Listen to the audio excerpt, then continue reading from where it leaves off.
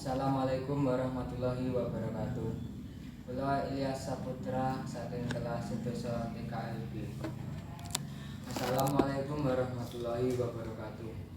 Kawilujengan saha pegagas warasan mugi tansah kajiwa kasarira dumateng panjenengan sedaya dalasan kula. Bapak utawa Ibu Kepala Sekolah ingkang satuhu kula bekteni. Bapak utawa Ibu Guru ingkang satuhu kinurmatan. Kadang kula sepuh kelas 3 ingkang kula tresnani saha para lenggah ingkang satuhu bagya mulya. Kula kaning atur sumangga tansah ngaturaken puja miwah puji syukur dumateng Gusti ingkang Maha Agung ingkang sampun paring kanugrahan rahmat serta hidayahipun dumateng panjenengan sedaya dalasan kula. Satemahing kalenggahan menika kula lan panjenengan sedaya saged kempal kanthi pinayungan karaharjan lan pegagas warasan.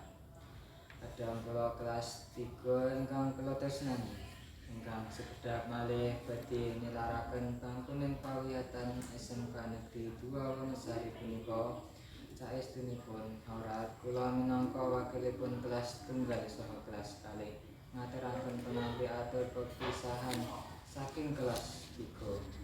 Awit para kadang kelas 3 sampun kula anggep sedherek piyambak ingkang sapunika badhe nilaraken pawiyatan ingkang kula panjenengan tresnani. Nanging kados pundi malih kados ingkang sampun dipun ngendikaaken wakil kadang kelas 3 bilih wonten pepanggihan tentu badhe wonten perpisahan. Yen kula panjenengan sami namung manungsa limrah badhe wawi nyelaki pepestani Gusti ingkang Maha Agung. Kadang kula kelas 3 ingkang satuhu kinurmatan kula minangka wakil saking kelas tunggal saha kelas kalih ngaturaken agunging panuwun dene para kadang kelas 3 sampun ikhlas paring pitedah saha bimbingan ingkang ageng paedahipun.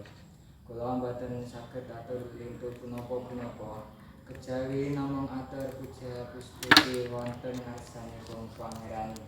Mugi sedaya amal kesaengan panjenengan pikantuk lelintu ingkang murwat saking Gusti ingkang Maha Agung. Mugi kula namung saged memuji mugia ingkang gadhahi penggalih nglajengaken wonten ing pawiyatan sageta ketampi lan ingkang badhe langsung nyambut damel sageta dumunten pikantuk kedamelan ingkang trep kaliyan ilmu ingkang sampun kaudhi wonten ing bangkuning pawiyatan punika.